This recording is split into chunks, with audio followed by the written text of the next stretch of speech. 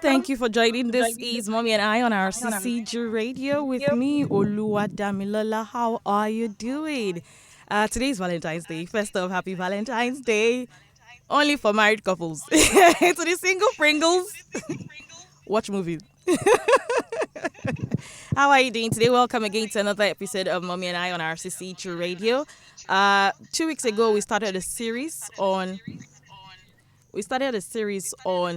parenting. Yes, and of course it has been a wonderful session so far. Last week we had a parent here to talk on what it is to be a parent and to bond with your children. We've been talking on bonding with your children as a parent, and I started with dads, because they say men are the head of the family. So I started with dads, and today I have with me a very special guest. Yes, in the honor of Pastor Patrick Makwonye. I hope I said that well. Yes, he's it doubles. The grace upon him is different too. Yes, he's an admin personnel in Abia, and also doubles as a youth regional evangelist in the whole of Southeast. Part of what I'm going to be asking is how he's able to juggle the two positions. But before we get there, ladies and gentlemen, please welcome with me Pastor Patrick Ojere Makwonye. Is a young revivalist wrapped with the fragrance of humility. You should see him, he's my paddy too. And he has an unquenchable passion to see that youth and young adults are set on fire for Christ, a vision which he has carried from time immemorial. He has, he's been actively involved in leadership capacities. You should ask me, I will tell you a lot about that, right from university days and the joint Christian Campus Fellowship as a prayer coordinator, and later the president of the Redeemed Christian Campus Fellowship, RCF. He was first a Bible study coordinator, and later, two-time president of the fellowship. See caps. He has been actively involved in the youth ministry of RCCG since 2005, and also, I said he doubles as an admin officer in Abia Province for Aba, and also a youth regional evangelist for Southeast, that is Region 6 and Region 15. He's married and blessed with two children. Oh, he's married to Olayinka. I must not forget to say the name because I'm sure she's also joining. And he's blessed with two children, Rema and Glory, my faves. So welcome again with me, Pastor Patrick Ojere Makwonye. Thank you very, very much. Thank you. Thank you too. Happy birthday too. Oh, thank you. Yeah, thank you. Thank you so much, sir. Yes, thank you, sir. All right, thank you for honoring us. Today, the topic we're talking about is bonding and, raising godly children, which, if we look at our generation now, is not something that is very common. Even when we were growing up, it's not something that some of our parents also did. They didn't find it, they didn't see it as something that was necessary. But now we have to, call it to our faces that it is important that, we bond with our children as parents, because, bonding is the establishment of a relationship or link with someone. And all parents basically want to have that, special bond, that special relationship with their children. And it is something that we need now, because the things that are happening, the things that we hear, it is important that parents bond with their children so that they can have a smooth relationship and they would not hide anything from them. So first off, I would like to ask you, what do you understand by bonding? What's bonding to you? Okay, I would like to take bonding from, and I just want to say this, that most of the things I'll be saying are from a personal perspective and a little research here and there. So I did a little research on bonding, and I discovered two definitions. And one of them was I was not happy about it, because that's what has been existing before now. And it's from Merriam-Webster. He said that bonding is the formation of a close relationship between a mother and a child. And he didn't mention father.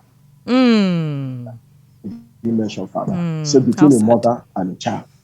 So I went deeper. I went to dictionary.com.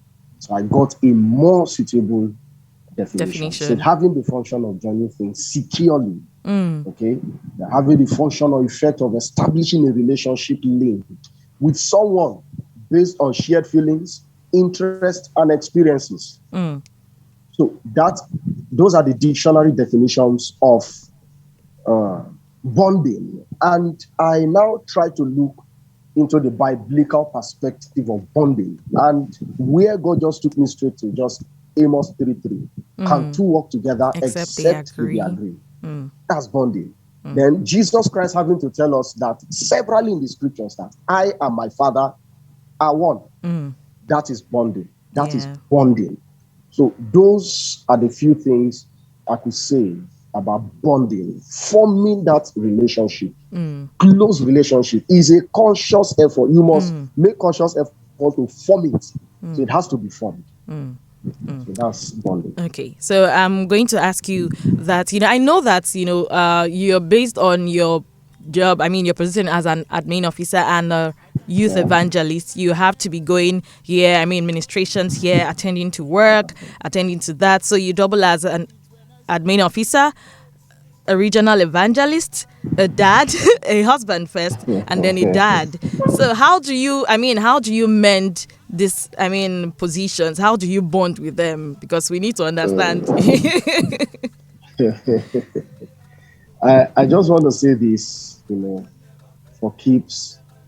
I didn't grow up with my parents.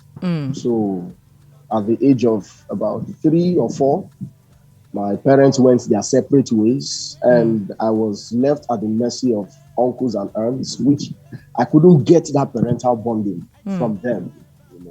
So I grew up just like that, from one boarding school to another boarding school, just like that. So it was really difficult. So coming to becoming a parent, I had to start learning over and over again. I had to start reading books.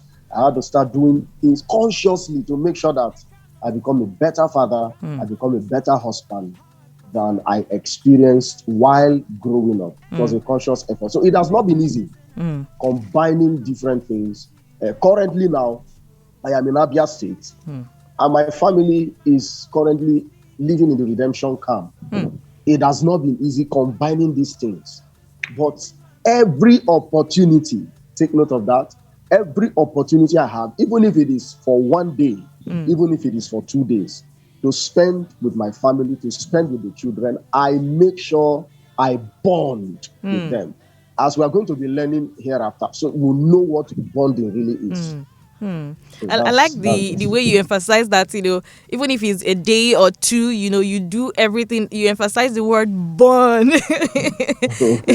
So yeah, I want to know your input on this one, because usually, like you said, funny enough, in the definition you found first on bonding, it was basically for mother and children. and child, Yes, and that's because some people see it as, it's not something men should do. It's not something that, it doesn't concern a man to bond with his children. Why is the mother there? So I'm throwing it to you now. Why do you think that it is important for men? It is not just a woman's duty now to say, I'm going to bond with my children because, I gave birth to them. It takes two to give birth to a child. So yes. To you now as a man, what will you say to other men that, it's not a woman's duty alone, it is also a man's duty? A man's duty. I just want to say this. A family is a combination of father, mother, and a child or children, as the case may be. That is what a family is. So it is not just one person's business. Because growing up, I got to realize that this thing called family, it takes conscious effort to really make it work. Conscious effort. I grew up with emotional trauma, serious emotional trauma about parenting. But coming to becoming a parent is a different ballgame entirely. So I want to tell all men out there that bonding and parenting is not only a woman's job. And that is why these days you get people of growing up acknowledging their mothers, and you don't get to hear anything about the father at all. And you wonder, where is this person's father? They will just acknowledge their mom. My mom has been there all true for me. True. It is because of that particular, I don't know if it is an African mentality, that parenting is a female job or a woman's job. Then providing for the family It's a is the man's man's job. job. That idea, we need to really face it out of our system, because that is what has brought up all these things. So parenting and bonding is not just for the mother, it is also for the father. It is important, very, very important, for the father to be, create that bond, because it helps to deal with, there are some things a woman, there are some things my wife will have to call me on the phone and report to me concerning the children, because there's a place of the man in the child's growing up. And until we realize that, we will not be able to get that aspect out of the children.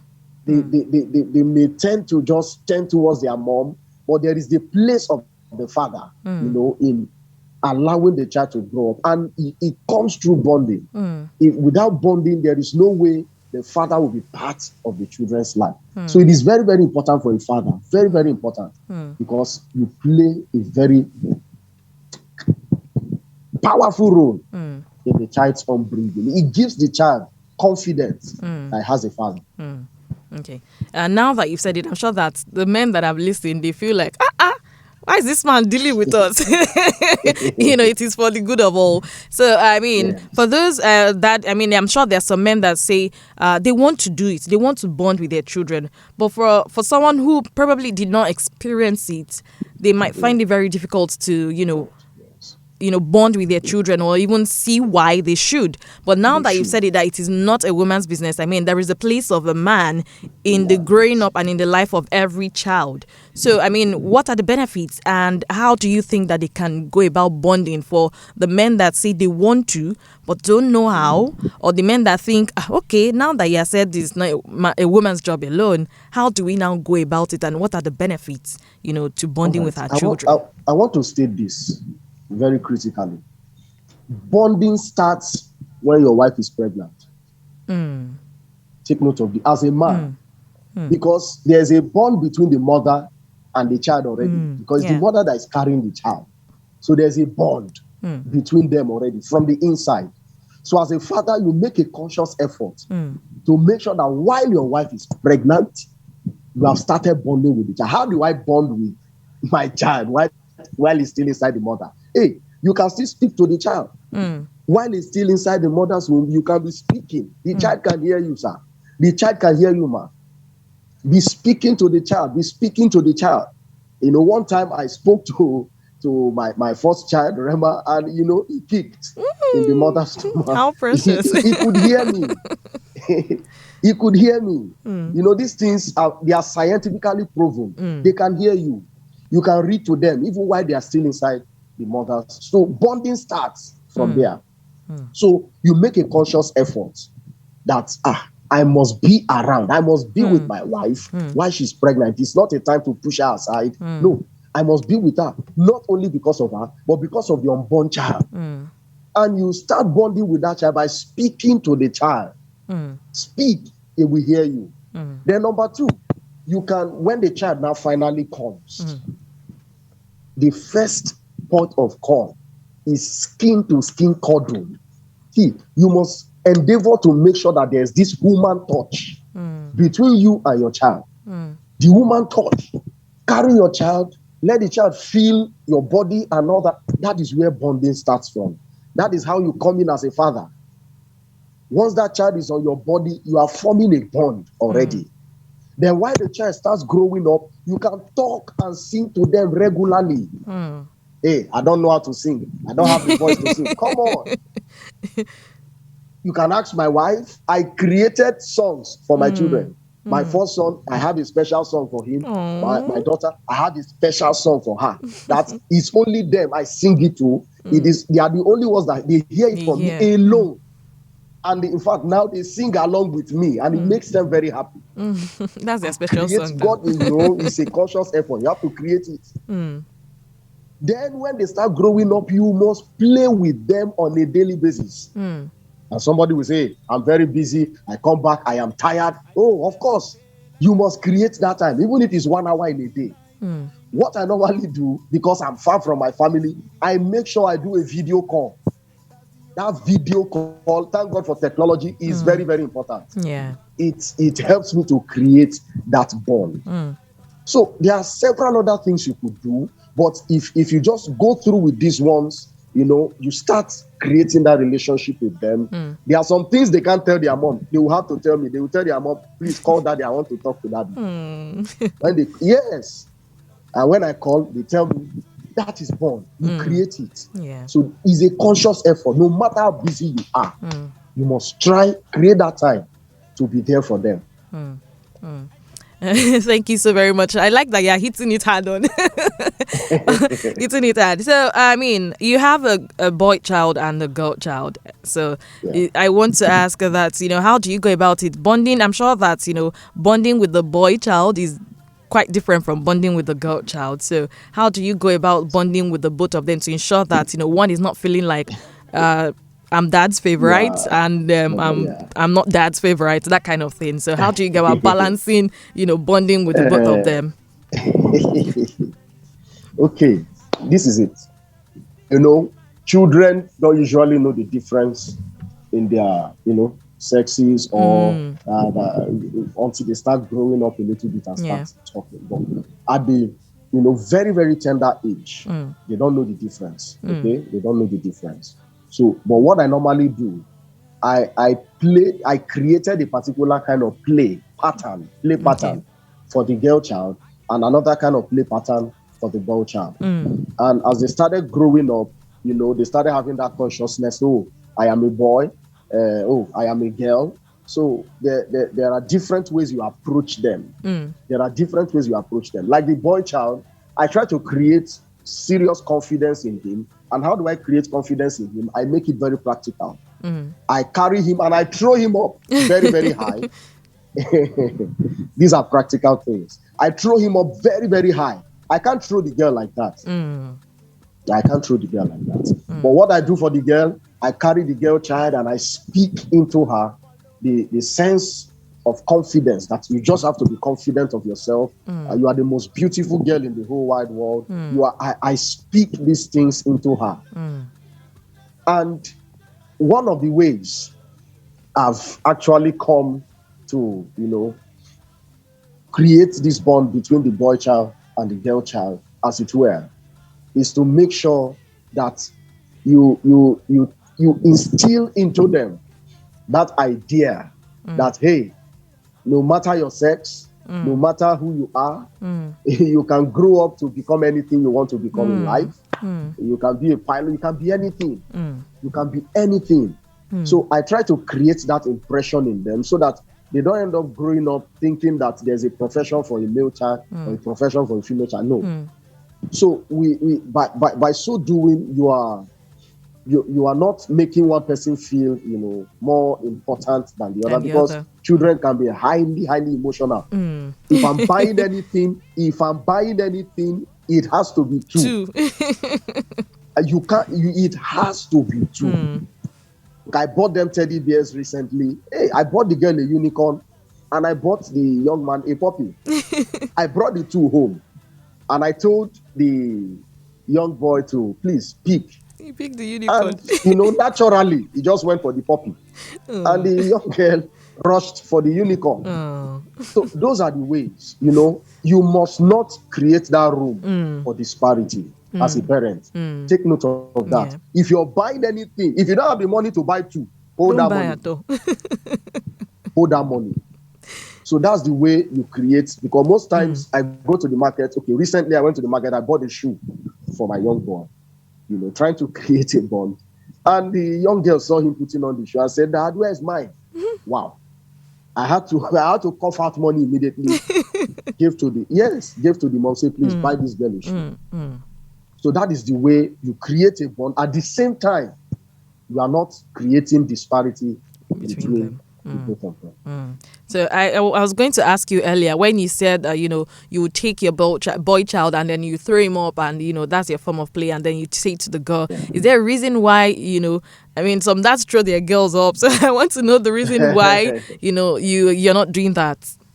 Okay, no, it's personal though. No, okay. I want the girl to grow up as a girl. No, okay. All right, and I want the boy to grow Not up grass. as a boy. she not grow up. She should not grow up having muscles here and there, and looking like a boy. No, I don't. It's personal, okay? So I want her to grow up as a girl and experience everything as a girl. There is an age she will get to, which I'm already planning towards. I would definitely, push her to the edge of getting her to become strong, as it were. But the age she is now, I need to pamper her as a girl child and treat the brother as a boy child.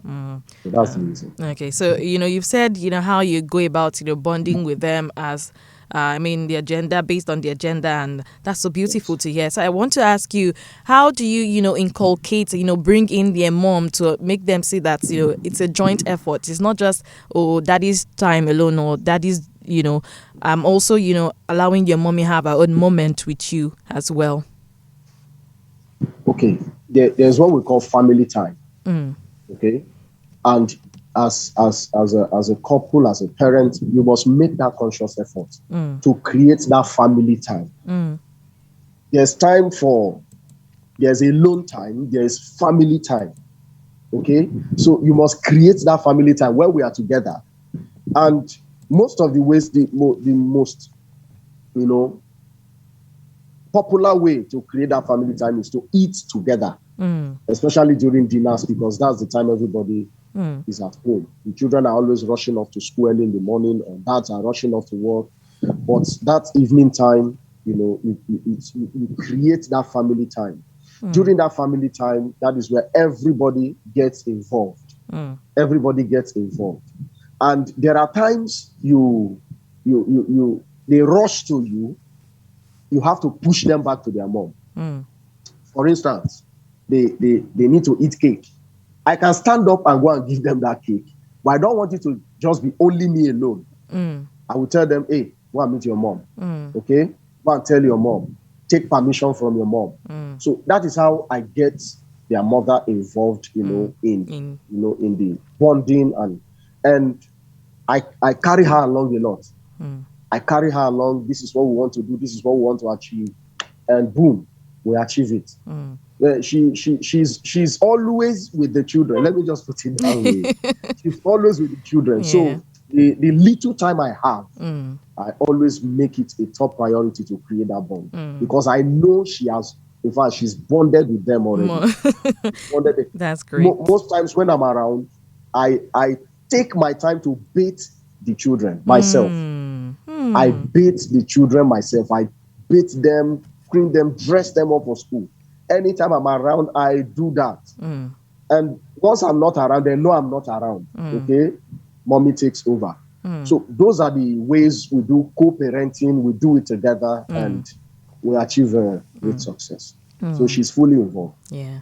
I hope that, we're all picking points, especially for dads. You said something now that you bait the children. I have heard some men say, baiting is not my duty. I hope that you can. Yeah, funny enough, our guest last week also said the same thing, that, he baits for his own daughter as well. And you've already answered what I want to ask you next, but I'm still going to ask because I want more. Right. I mean, what's your routine like for them? I mean, when you are not around, I know that you're based in Abia, and all of that. So whenever you come around, what's your routine? What's your bonding routine with them?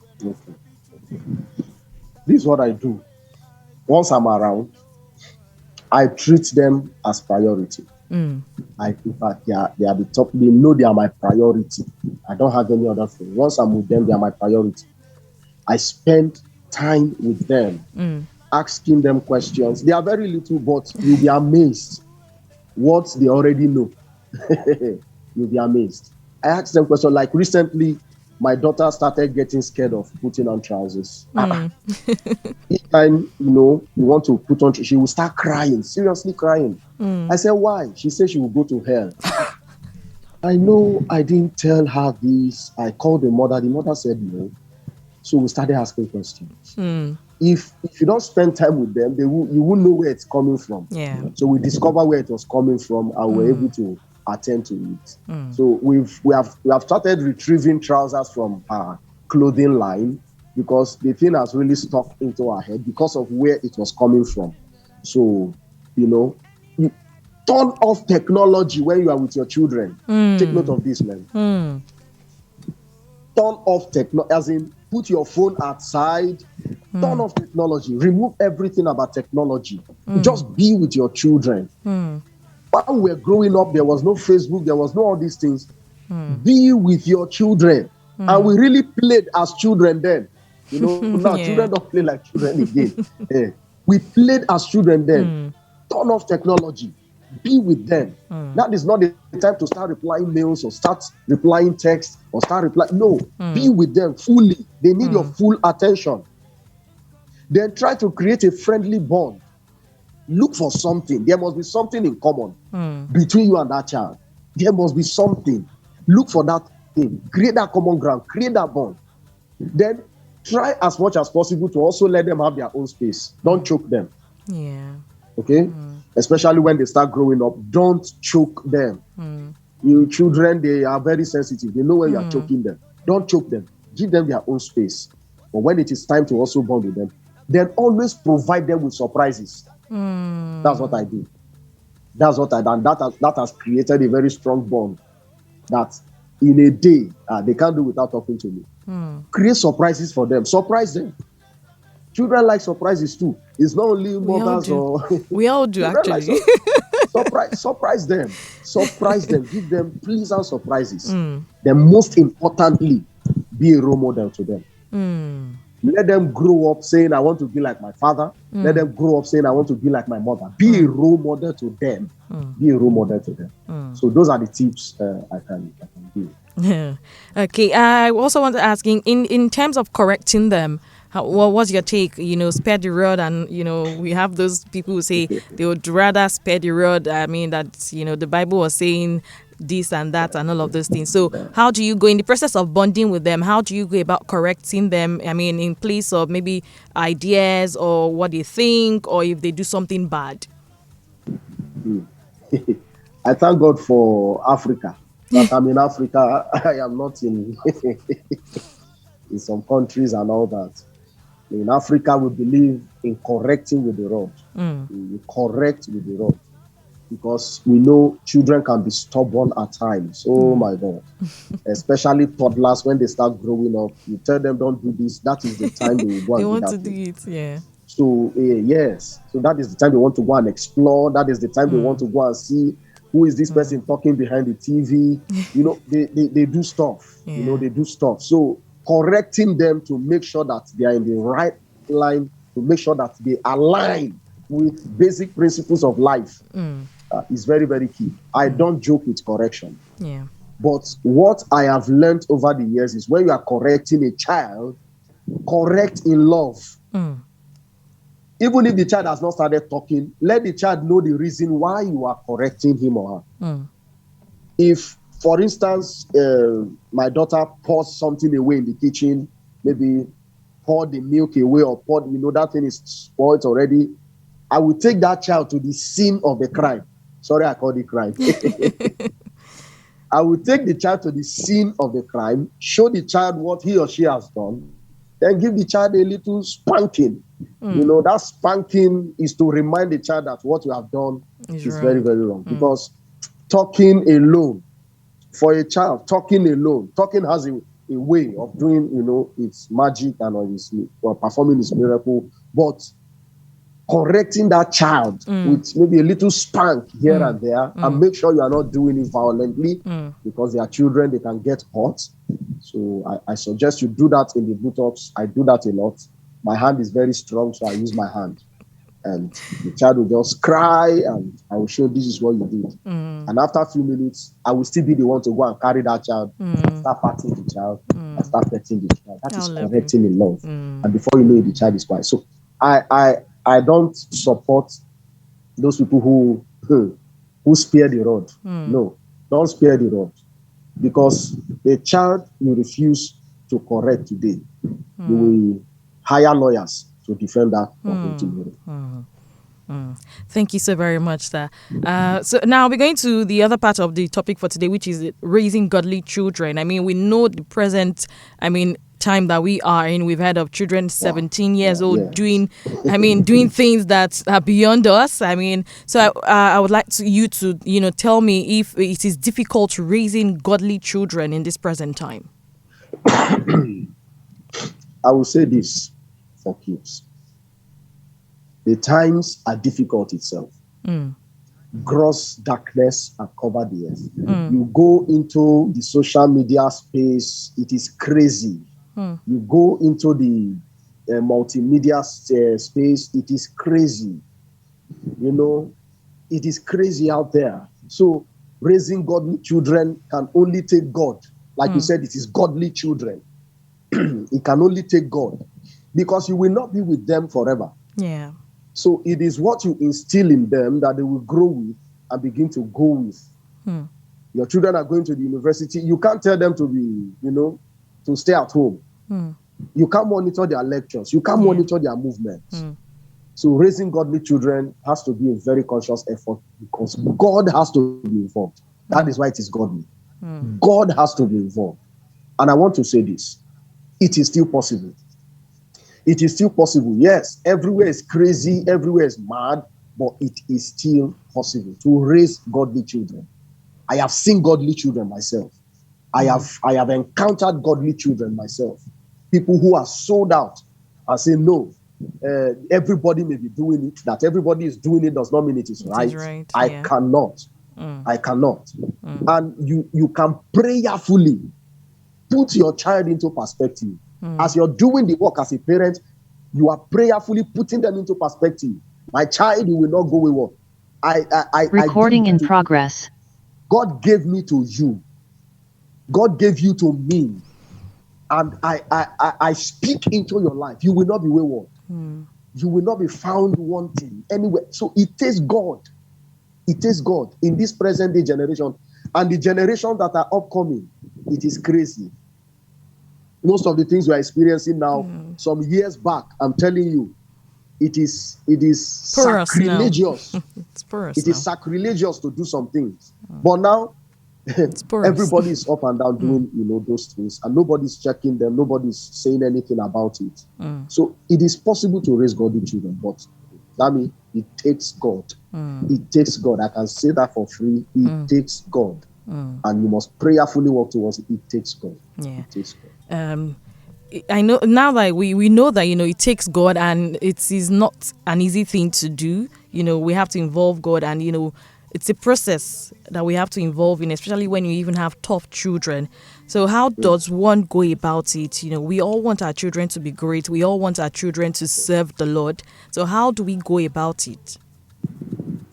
It is as simple as picking up the Bible.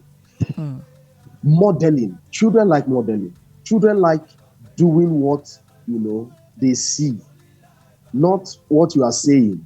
They like doing what you are doing. So they like doing what you are doing. So model the kind of life you want your children to live. You model it and show it to them practically. Practically, not telling them you must do it. No, show them the practical. Then teach them the steps to go.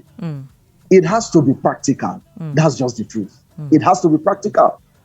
For instance, once my children are ready for bed, anytime I'm around, their mom does that for them as well. We go on our knees and we pray. You tell the young girl, come on, pray. You tell the young boy, pray. You are modeling the prayer life. You are not telling them to pray and leave them alone. No, you kneel with them and pray with them. So it is how you model those things for them that they will now live by tomorrow. Teach a child the way he will go, so that when he grows up, he will not walk away from it. You teach them, and you teach them practically. You teach them by example. Children learn by example. It is what you do, they do. It is what you do that they follow after. So it has to be practical. You want your children to turn out godly, live a godly life. Show it to them. Show what godly life means. Don't make Christianity look very tedious to them and complicated to them. Make it very easy. This is Christianity. This is what it means to be a Christian. This is what it means to be Christ-like. So you have to live out that Christ-like life for them to copy you. Because you are the Christ they are seeing.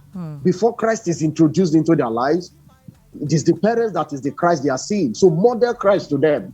Show them how it is. Show them how to become a Christian. Show them so that they will follow after you. So that is what you should do consciously to make sure that your children turn out better. Like I said, the rest depends on God.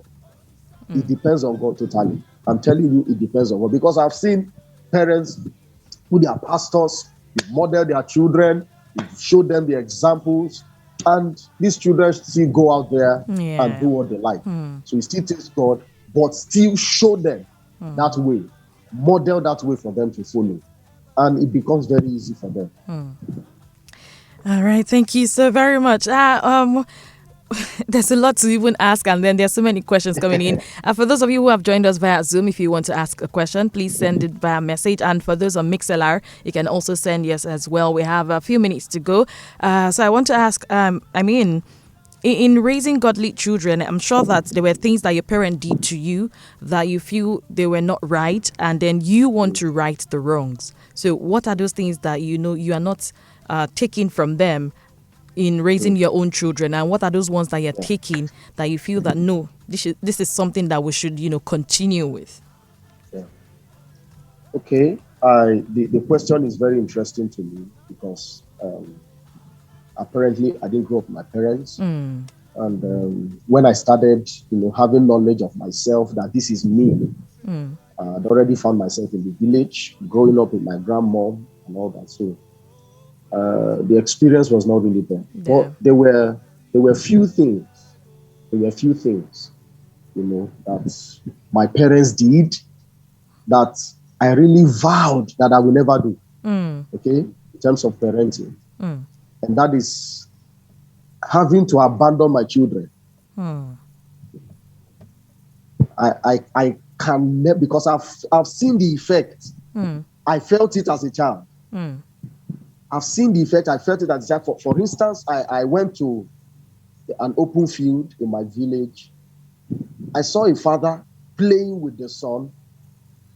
And as a child, I think I was about 7 years old then, I started crying. Yeah, you must have I don't felt want really my bad. son or my daughter to ever feel that kind of pain.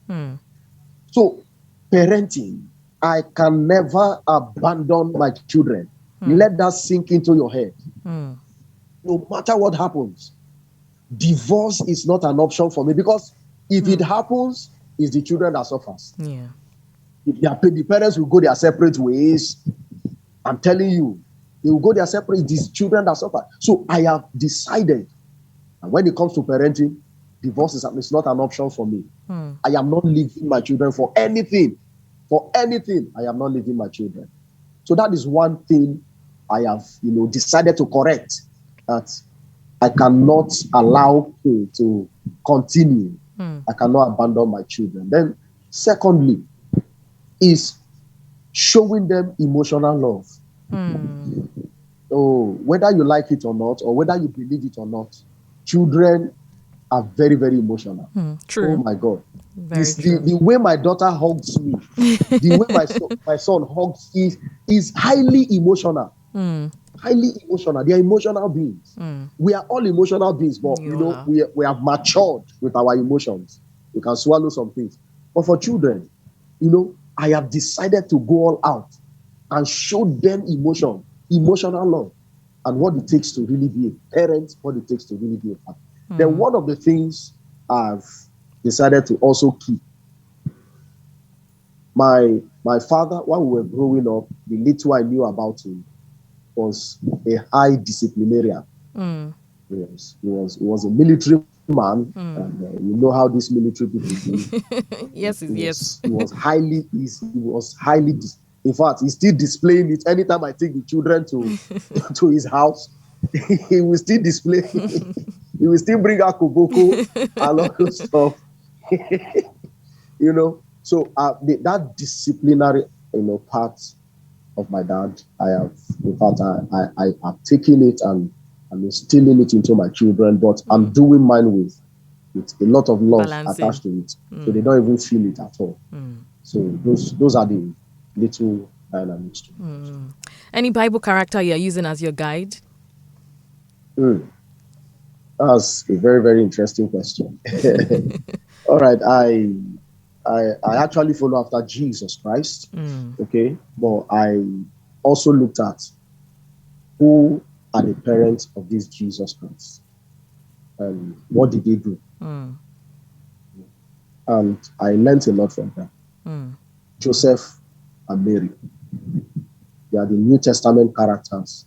Any day, anytime. If you do a deep study on them, you will understand what they did for Jesus Christ. Even Jesus Christ, even though Jesus Christ was God or is God, they played a very, very vital role in making sure that that child grew up to become the man that he was.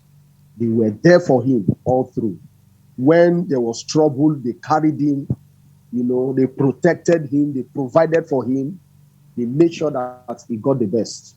So those are the people I really follow up in terms of the New Testament characters. But when you look at Old Testament characters, I really love the man Israel or Jacob. He's a very good guy. He's a very good guy. Okay, so what would you like to say to, fellow dads who, for one reason or the other, maybe because of ministry, because of their job, they are not currently living in the same place with their children and their wife, and then, they see it as an avenue to say, that's the reason why I'm not bonding, or that's the reason why I'm not able to, raise my children the way I want them to be. So what would you like to say to them? Yeah, I would like to say this.